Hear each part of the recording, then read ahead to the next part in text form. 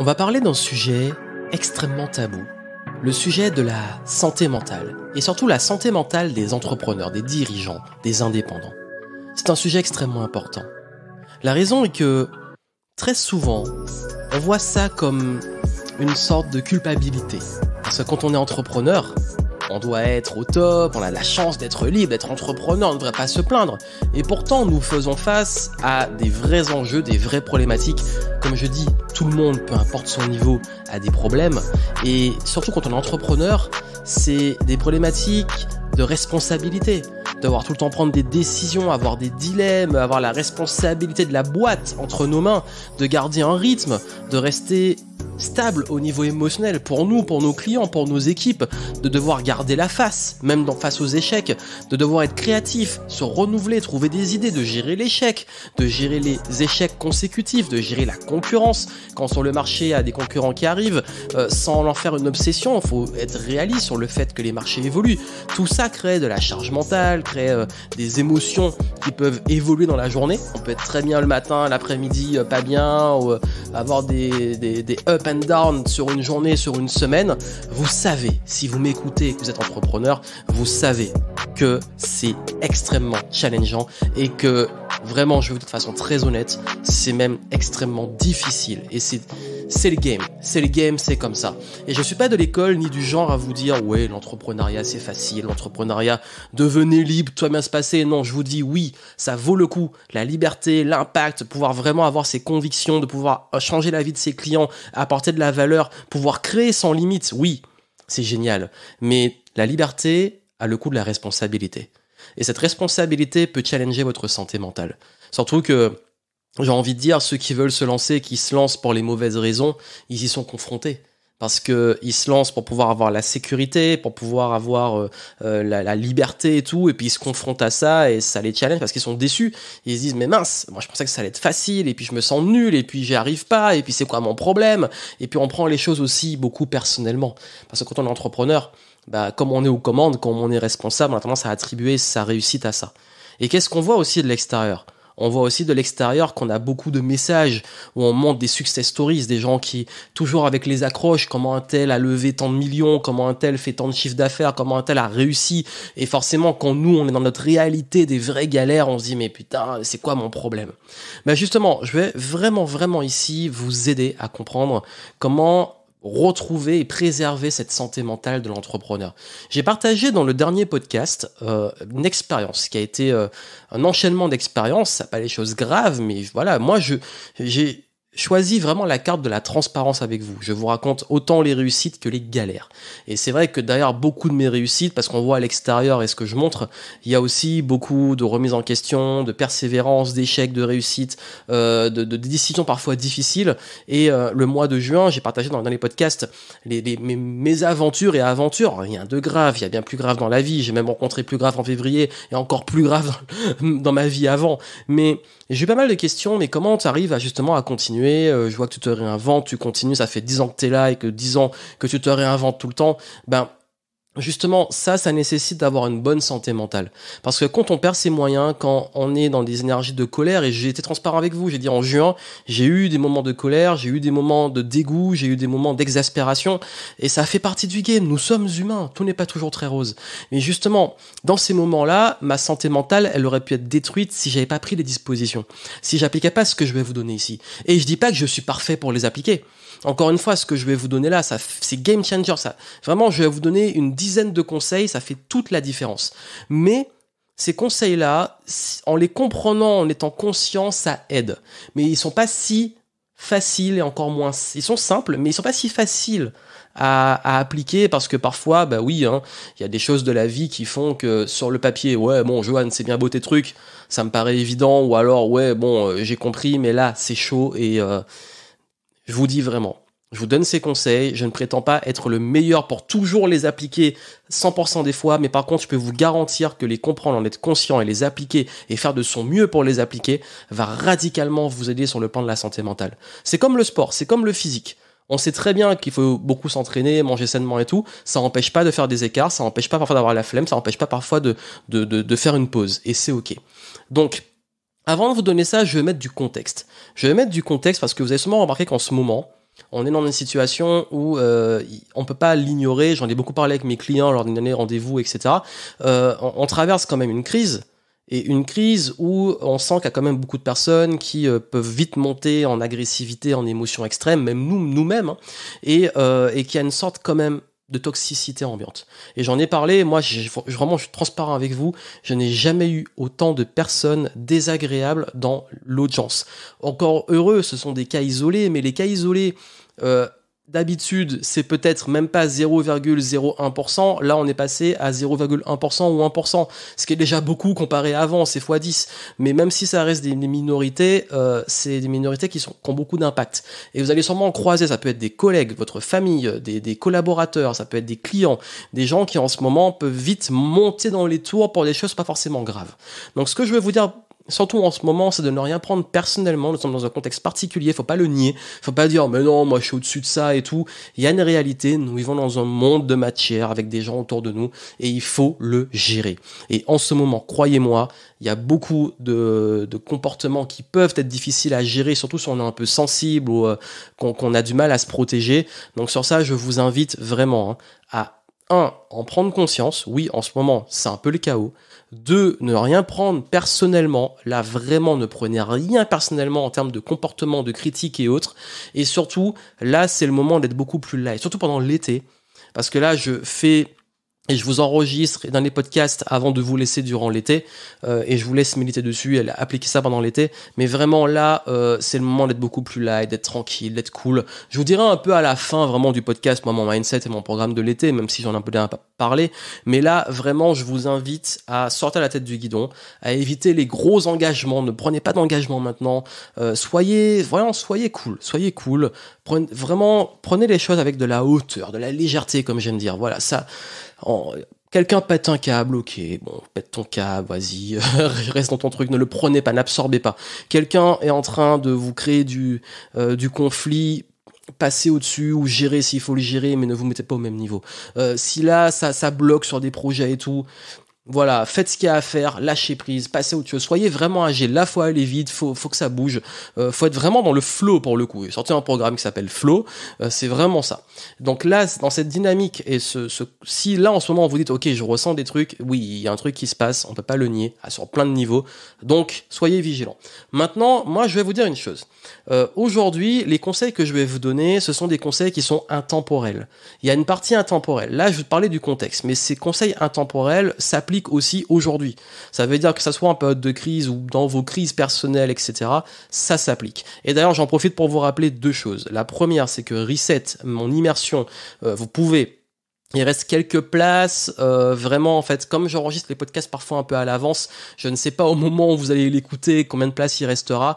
Au moment où j'enregistre, il reste peu de places, mais allez voir en descriptif, si vous voulez participer à la journée sur Paris ou à Bordeaux, vous vous inscrivez et pendant une journée, on met tout à plat, on profite du moment pour revoir votre stratégie, votre structure et votre vision, clarifier les choses. C'est vraiment l'esprit du reset. Si on fait un reset, là, on remet les choses à plat et on repart sur des bonnes bases, beaucoup plus neuf, beaucoup plus agile, beaucoup plus simple.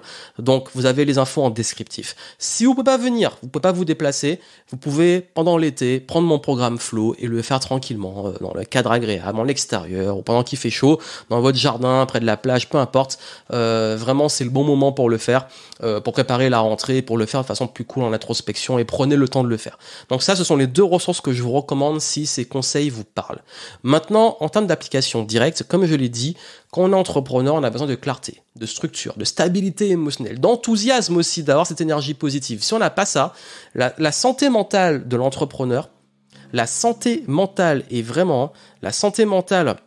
de l'entrepreneur, ça va impacter vraiment le business. Ça veut dire que votre santé, votre état en tant que leader, chef d'entreprise, dirigeant, et même si vous êtes indépendant, solopreneur, vous êtes seul, ça va impacter directement votre business. Croyez-moi, je suis dans le game depuis 10 ans, je sais que mes périodes de down sont les périodes justement où moi-même j'étais pas très bien, et les moments de up, j'étais à mon top niveau. Après oui, il y a une sorte, et je vais justement en parler, de cercle vicieux où quand on n'a pas les bons résultats et qu'on enchaîne des échecs, on baisse en énergie, et comme on baisse en énergie, on provoque une spirale infernale. Justement, vous allez voir comment en sortir.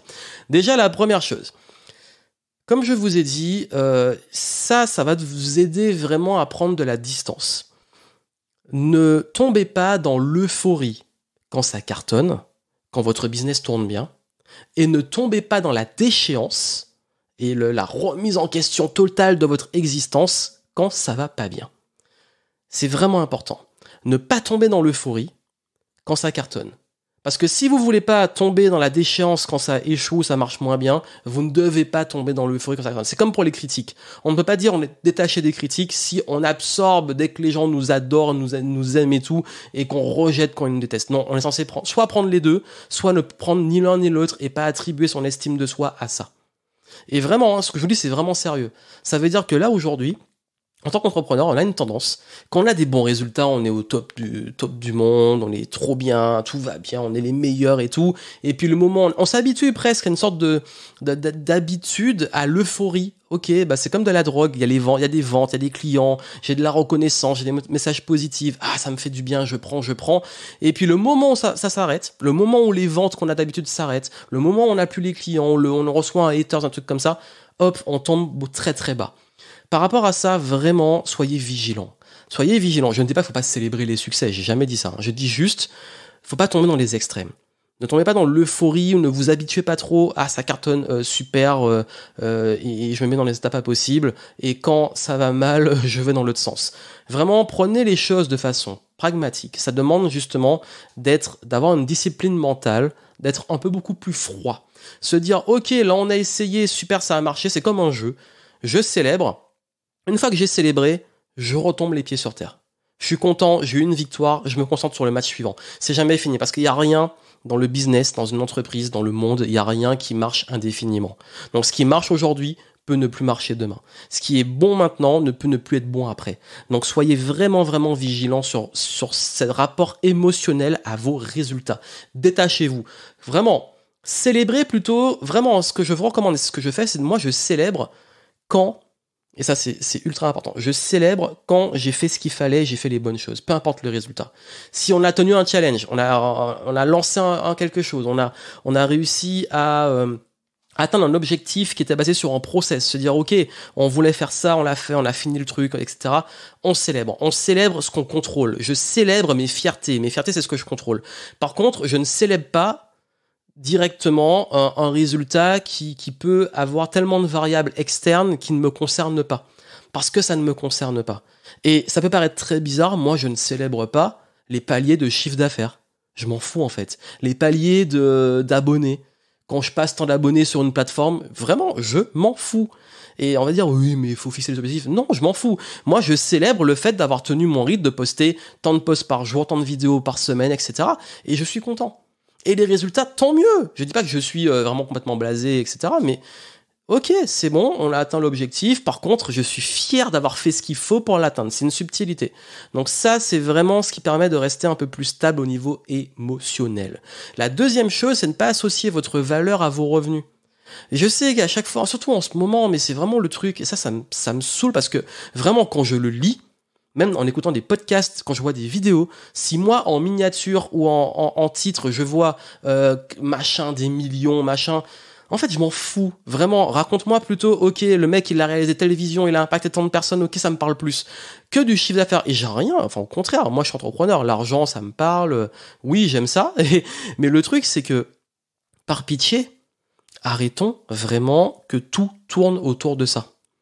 Arrêtons de faire le truc où on passe notre temps à chaque fois à attribuer tout le temps la valeur d'une personne à ses résultats business. Parce que ça, c'est une mode, mais ça dépend des valeurs. Il y a des gens pour qui c'est la valeur. Ok, moi, je veux peser tant, etc.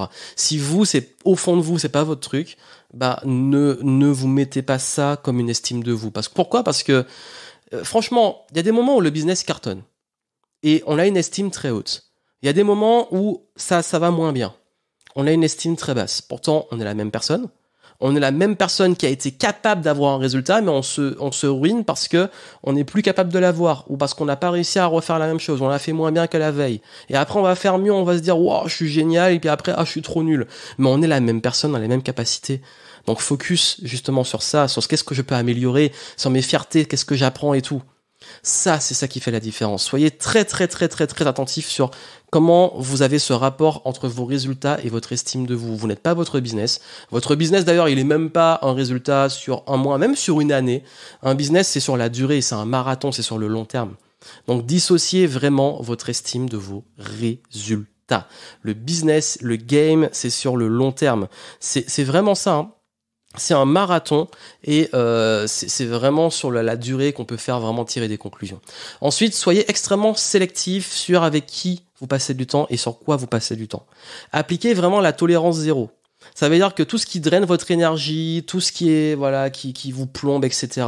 Bannissez-le. Soyez vraiment stimulé par des personnes qui se tirent vers le haut, par des projets qui vous stimulent, par des vraiment, même parfois un projet qui stimule, même quand il y a des tâches pénibles, des trucs un peu plus difficiles à faire, on va les faire parce que ça a du sens, parce que ça nous nourrit.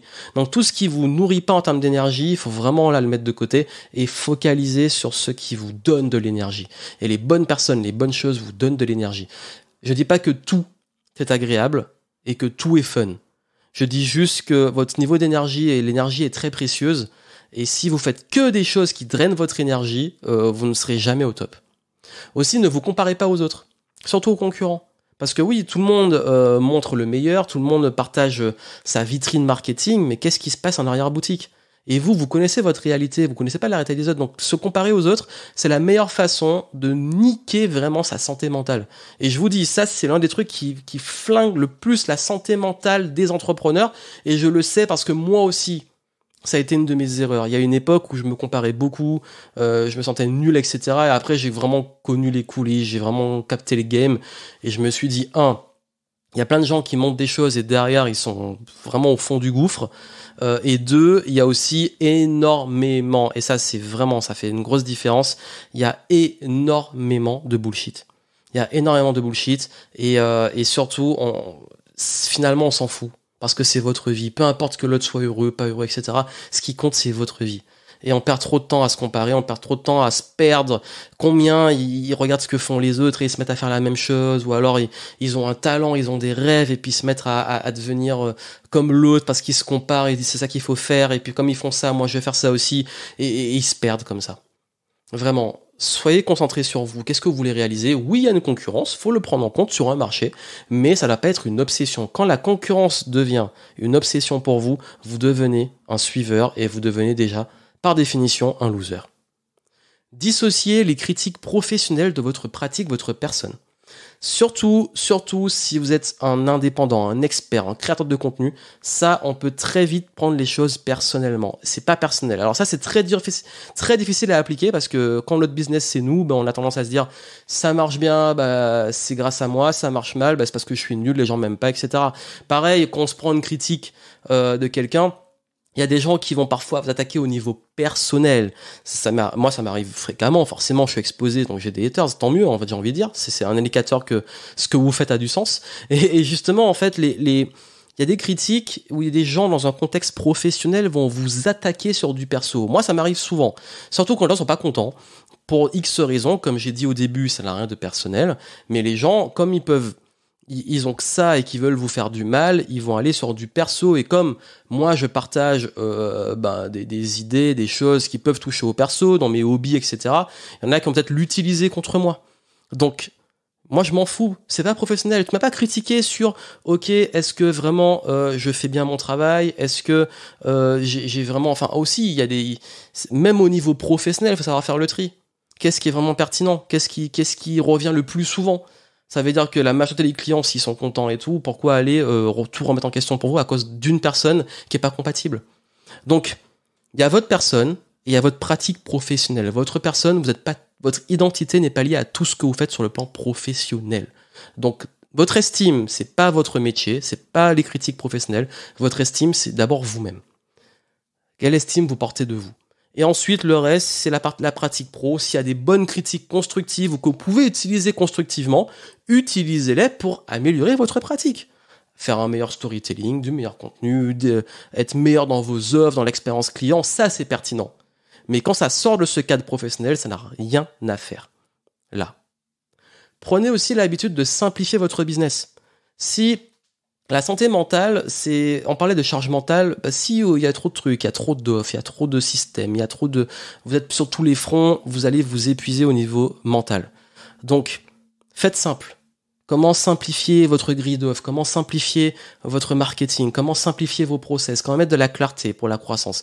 Ça, c'est vraiment ce qu'on va faire dans Reset, et ça, je vous aide sur ceux qui peuvent pas venir à Reset, dans le programme Flow, dans les modules business, donc Flow Business, il y a 2 formules, il y a une perso et une business, je donne des astuces pour simplifier l'affaire. Mais ça, c'est vraiment important. Ça veut dire qu'il faut vraiment aller sur de la simplicité. Moi, je sais qu'à un moment, mon business, j'avais tellement accumulé de complexité que ça devenait dur de manœuvrer. J'avais créé un paquebot. J'étais plus dans un hors-board que je pouvais manœuvrer et tout, et qui allait vite. J'étais vraiment dans un paquebot où chaque virage, ça prenait trop de temps. Et à un moment, j'ai dit, c'est pas possible. Je fais ça pour la liberté. Là, on s'enlise et il faut remettre de l'agilité. Donc, j'ai viré plein de trucs, plein de process et tout. Je suis revenu sur des trucs simples. Et ça, c'est important. De même, je parlais de santé mentale, planifier aussi des moments de travail, certes, mais aussi de pause. On oublie souvent de se discipliner à faire des pauses. L'entrepreneur, c'est très particulier. Beaucoup d'entrepreneurs, leur plus grand truc, c'est très fréquent, c'est vraiment réussir à faire des pauses. Le salarié moyen, je parle vraiment de la personne qui s'en fout, qui fait un travail, machin. Elle, les pauses, c'est naturel. Quand elle a fini son travail, elle veut faire une pause. L'entrepreneur, surtout quand il est passionné, qu'il aime ce qu'il fait et qu'il est à fond dans ce qu'il fait, que ce soit en mode survie ou en mode passion, dans les 2 cas, il est à fond. Et donc, du coup, il a du mal à faire des pauses. Donc, c'est tout le temps en train de bosser. Vraiment, ne négligez pas vos temps de loisirs. Les temps sociaux aussi avec d'autres personnes, voir du monde, c'est important. On dit qu'il faut faire des sacrifices, certes. Il faut en faire pendant un moment donné. J'en ai fait beaucoup. Mais je me suis rendu compte que j'allais beaucoup mieux quand même et que je performais beaucoup mieux quand je me disciplinais sur le fait de dire, bon, mettre des barrières. Dire stop. Ok, là, stop. Je fais une pause. Là, stop. Je m'accorde ce moment pour moi. Là, stop. C'est avec mes amis, c'est pas le business. On parle d'autre chose. Et d'ailleurs, dans les moments de down, les moments de doute, et ça arrive toujours, focalisez sur ce que vous contrôlez. Quand le business est un peu en difficulté, c'est revenez sur des choses essentielles. On parlait de gratitude, bon, je trouve que c'est complètement devenu bullshit ce mot, alors qu'il est très puissant.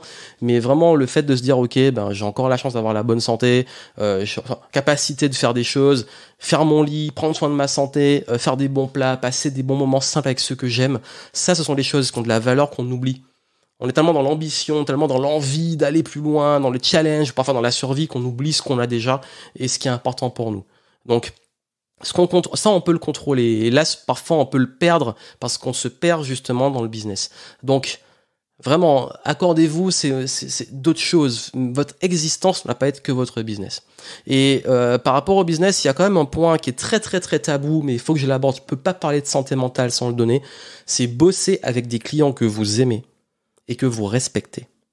Et bosser avec des clients qui vous respectent et qui vous aiment en retour.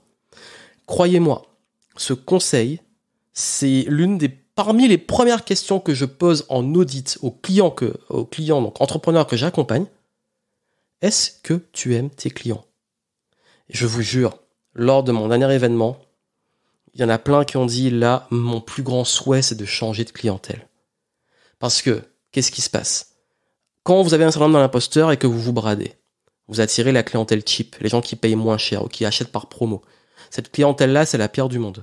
Ils viennent pas pour vous, ils viennent parce qu'il y a une occasion de payer moins cher. Ils s'en foutent, ça soit vous ou un autre. C'est pas tous, heureusement, mais il y en a beaucoup comme ça. Et aussi que si vous n'aimez pas vos clients, qu'est-ce qui va se passer? Vous allez vous dévaloriser parce que vous allez trouver qu'ils vous respectent pas. Vous allez avoir du mal à mettre des limites. Vous allez vous sentir misérable parce que justement cette clientèle, elle va passer son temps à vous parfois vous critiquer, vous envoyer des retours, faire des demandes de remboursement abusives, la pire clientèle du monde. Et croyez-moi, je l'ai côtoyé, ça arrivait heureusement. C'est toujours des minorités.